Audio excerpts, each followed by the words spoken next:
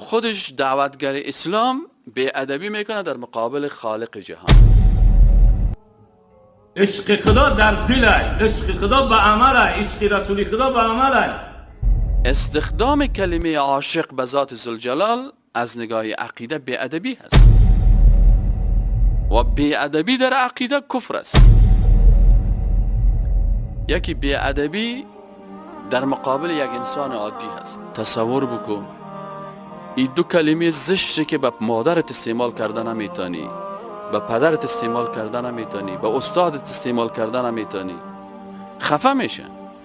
اگر کسی مرا بگه که والا این نامه را برای استاد دایی عاشق فرستادم، ما بسیاری وقتا شاید چیزی برش نگویم، لکن قلبا از پیشش متاثر هستم، میگم بسیار بیادب انسان است. این چه کلمه است که برام استعمال کردی؟ وقتی که ما یک کلمه زشت که معنای درست نداره به مخلوق استعمال کردن نمیتونیم و تو دعوتگر مسلمان که مسیج ها را روان میکنی، باز اینجا کلمه عاشق و معشوق به ذات ذوالجلال استعمال میکنی.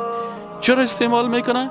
به خاطر ازی که این سیدی درس عقیده را نه خودش شنیده، نه فامیل خود نشان داده و نه در درس عقیده آمده و فقط اینه میخواستم که والا صاحب دین دیگه هر کس که هرچی خواست